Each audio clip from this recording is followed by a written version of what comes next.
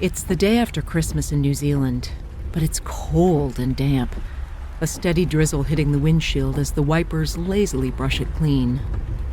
My friend Rob is driving me back to where I left off yesterday when I slack-packed to Araroa Park about a half hour outside Palmerston North.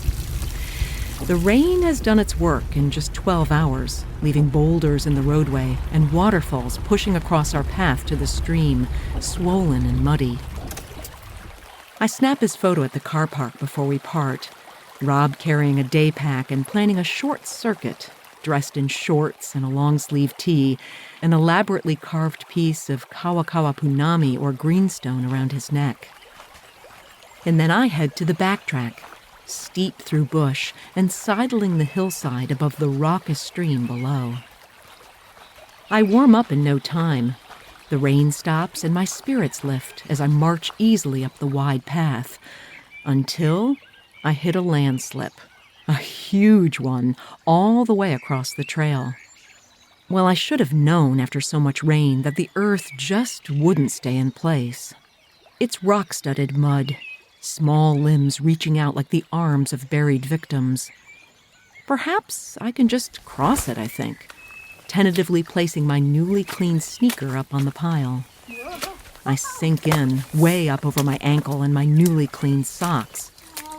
Balancing with my poles, I inch forward, sloppy step by step. And suddenly, the mud moves, shifting down like one organism. And just like the path's name, I quickly backtrack, lifting each foot out with an audible slurp, and then head right back down the hill. Perhaps Rob is still here, or someone else has come out this long, lonely, rutted road and will take me back to town. The car park seems empty, and I sit down on a stump, wondering how long I'll need to wait. Flipping through my map, I realize there's another way over this hill. It is a bit longer, but far less steep, and it appears to be a shared bike path. Well, up I go, feeling kind of smart and tough that I'm carrying on, even as my eyes scour the land ahead for a possible campsite should I find yet another shifting mud monster stopping me yet again.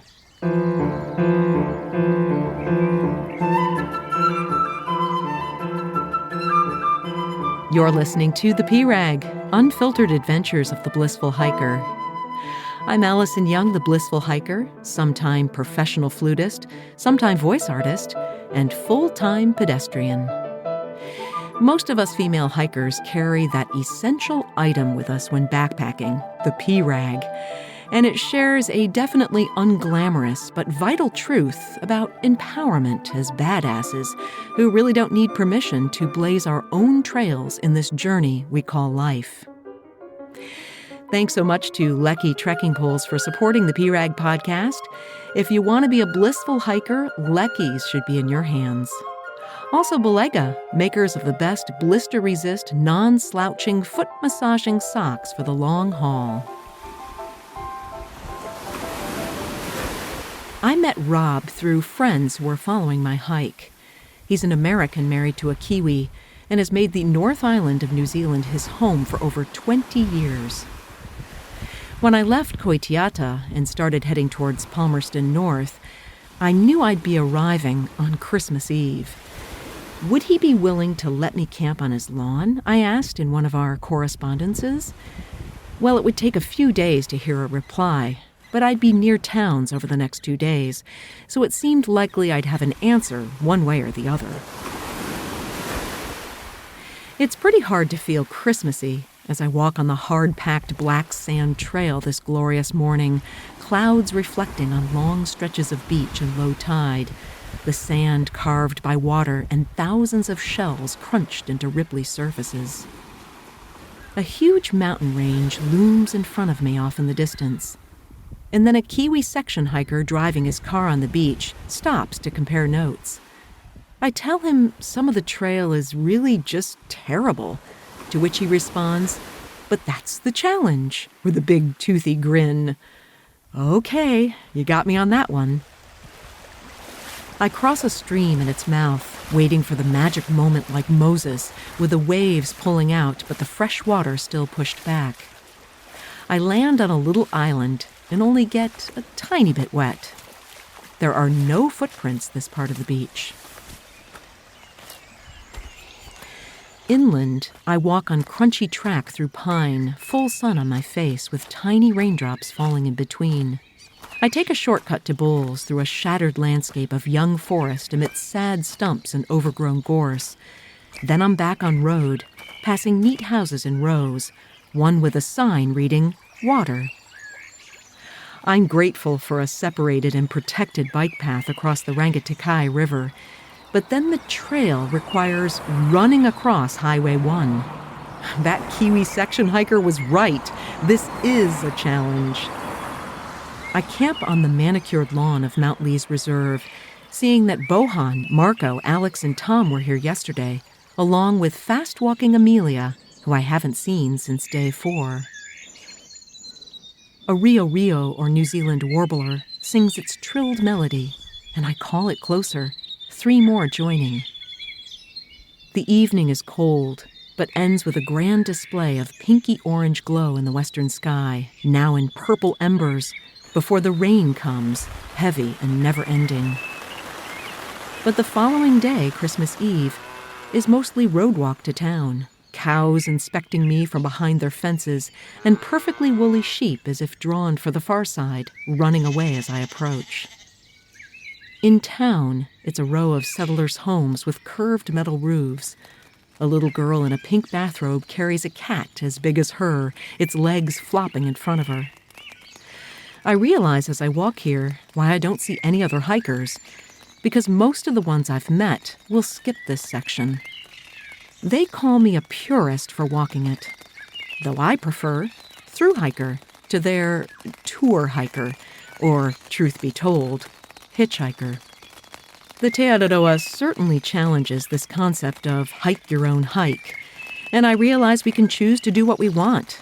But when I meet these hikers ahead of me at a fabulous hut on a mountain and they talk about how fast they're moving, I'll try not to laugh. I pass beautifully built homes facing the mountains in the high-rent district of Fielding as the rain eases up, then walk through Bunnythorpe, a name that sounds like a character from The Great Gatsby. So far, it's a big, wide bike path. But that doesn't last, and I'm back on road, my feet on the white line at the edge of humpy, wet grass. A Kiwi is mowing here for us walkers. He laughs when I tell him how far I've walked. Then it's a mass of stiles, a bouncy bridge, and a clear path that keeps me off the road until the Manawatu push bikeway. Rob greets me at the door and tells me I don't have to camp on the lawn, and instead gives me his son's room to sleep in before we head to his family's home for a party. Everyone is glum because the weather is so awful. Christmas in New Zealand is normally a time for barbecuing and outdoors. Nonetheless, we eat and we drink and we dance. You're listening to The P-Rag, unfiltered adventures of the blissful hiker.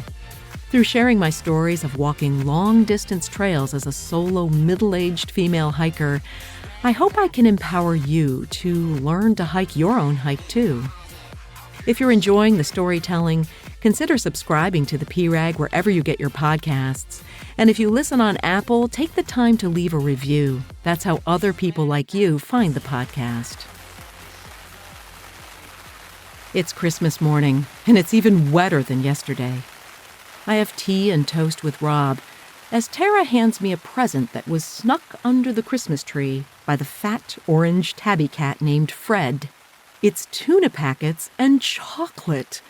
How did Fred know that's a hiker's dream? They've been so generous already, but I just have to ask if I might slack pack today, since camping in this rain would be absolutely wretched. They agree, and Rob tells me he can easily pick me up at the end of the road along the Kauterawa stream. So I suit up in all my rain gear and head out, my Christmas present packed with water in a very light olive oil. In New Zealand, showers mean a burst of downpours followed by clearing. Rain means non-stop precipitation. The forecast for today? is for rain. Well, I'm suited up and I walk on a bike path, easy walking, to Massey University, which is absolutely deserted, and then prepare myself for tramping track that actually turns out to be lovely, but puddly, in Bledisloe Park. I slosh through the Upper Toritia green corridor and decide road walking is just fine on such a wet day. The foothills loom above me in the gloom. Up and up I go as the road turns to track. At a junction, a sign I almost walk past tells me I'm at the halfway point to Bluff. And I kid you not, it's at that exact moment the rain stops. I speed up as the track turns to country road, then follows the fast-moving river into the forest and ending at the car park where Rob picks me up for more partying with the family. Now, the weather is supposed to improve the next day, but that doesn't necessarily mean that the rivers won't be swollen. Once I find that alternate route from the car park, it's easy zigzags up the hill, the mist rising as I reach the top and see a shelter in the distance. Someone's in it. Is that Rob? No, it's Coon. I haven't seen him since well before Auckland, and I'm so happy another TA hiker is out here on this miserable day. I really wish I could have invited him to Tara and Rob's. Poor Coon slept out on the bench last night, and it rained sideways. He's absolutely soaked, even if still smiling his huge grin. I head on ahead as he makes breakfast and lose him in the forest, heading quickly towards Burton's track. Maybe it's finding that alternate route that's made me feel more confident. More likely, it's the fact that tomorrow I'll head into the Tararuas, a notoriously dangerous mountain range with high ridgetops exposed to the wild weather on this part of the island that's surrounded by water on 3 sides. The forecast actually calls for clear weather in the coming days, and I know it will behoove me to get to the start as quickly as possible and take advantage of the brief window of opportunity. The track narrows and the bush closes in. The mud deepens and my pace slows as I squish through.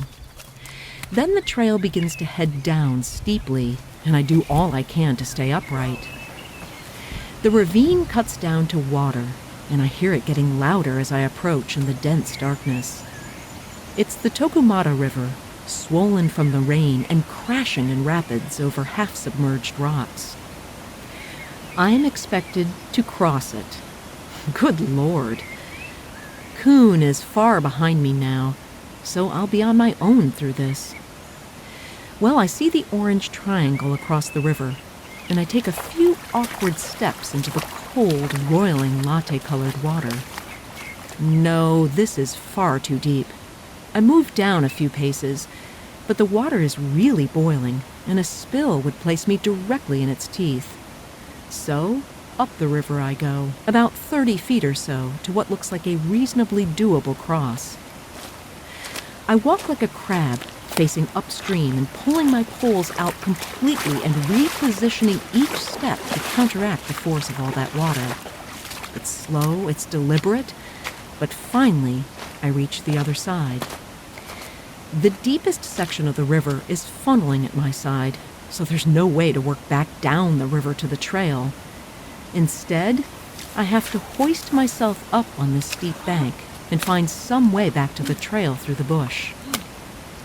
It's tricky, as the slope is eroding in a jumble of fallen trees. I tiptoe across them, though some of these palms seem ready to give way. Muddy and exhausted, I finally meet the trail, and just like that, I carry on. Several more minor stream crossings follow, some with spectacular waterfalls full and loud. And soon I discover I need to cross the same river 2 more times. Well, it's dangerous, but mostly it's just time-consuming as I search out the best crossing. Finally, the land begins to change as I get scratched up in a gorse tunnel and then heaved out on a road. I walk to a reservoir where I meet some kids driving a truck with a giant sticker reading, "Expletive deleted," 1080 under a longhorn steer. 1080 is the poison that's used to kill invasive mammals like possum and stoats, ones that are destroying the bush. There is a lot of controversy about it, though it seems more conspiracy theory than fact. I don't ask about the bumper sticker, but I do ask if they have a beer they can sell me. No such luck. Boy, a beer might have been nice for the slog of forest ahead, one more mossy and beautiful, but of course, deep in mud. The sun begins to shimmer in dappled light, sparkling on the wet leaves and revealing a delicate spiderweb. I wind up and down and out on a long ridge before coming to a few stunning lookouts, the second one called Archie's, looking out under clearing skies towards the Cook Strait and the South Island beyond. Then it's down and down I go, again to more rushing water. I've got a few hours of daylight left, but I'm nervous that I'll meet more difficult crossings that will take time. Instead, I'm surprised by just one stream coiling over on itself like a snake, the trail crashing straight on. I lose count after crossing it 30 times. Now it's likely obvious why I choose sneakers rather than boots, and also why there's no point in taking them off to cross. I reach the valley, orange in the afternoon, and finally I'm walking again on a country road, the Makahika Outdoor Pursuit Center just ahead. The owners behave as if expecting me, feeding me a delicious prawn salad with veggies, bread, and a glass of wine, well worth the wait after a beerless hike today. John is impressed I walked 25 miles and did all those river crossings on my own, making getting here my goal since the weather window is only 2 days wide. Though he does convince me I'll make it across the Araroas if I just keep moving. The singer-songwriter Lana Del Rey said, "Being brave means knowing that when you fail, you don't fail forever." It's day 59 in my through hike of the Araroa, and for the first time, I'm beginning to feel like this is my hike. It certainly wasn't all rainbows and unicorns. I had road walking, non-stop rain, and some obstacles that made me stop in my tracks and consider how I was going to manage. But my bravery and my feeling of being comfortable in my own skin hiking my own hike is increasing. It's not entirely because I succeeded. It's more because I figured things out. I knew when to ask if I could slack pack. I knew when to get out of that landslip. And I knew to study the river before stepping into it. I set the alley coop next to the water in the dark. Coon never quite catches up, though I know I'll see him somewhere along the way. The Makahika River sings me to sleep now, reminding me of all those crossings, just practice for the hundreds of river crossings, most of them far more dangerous, that are coming up for me on the South Island. But for now, I'm dry and resting. The biggest challenge of the hike so far, not until tomorrow. Thanks so much to Lucky Trekking Poles and Belega Socks for supporting the PRAG podcast. Also thanks to you for listening. You can subscribe anywhere you get your podcasts, and please, if you're listening on Apple, leave a rating and review. Show notes, more about my hikes all over the world, including photos, are all at my website, theprag.com. Next week, I head into the Araroas. I'll tell you this much. That mountain range becomes one of my most favorite places to walk in the world. Until then, my friends, kia kaha and happy trails.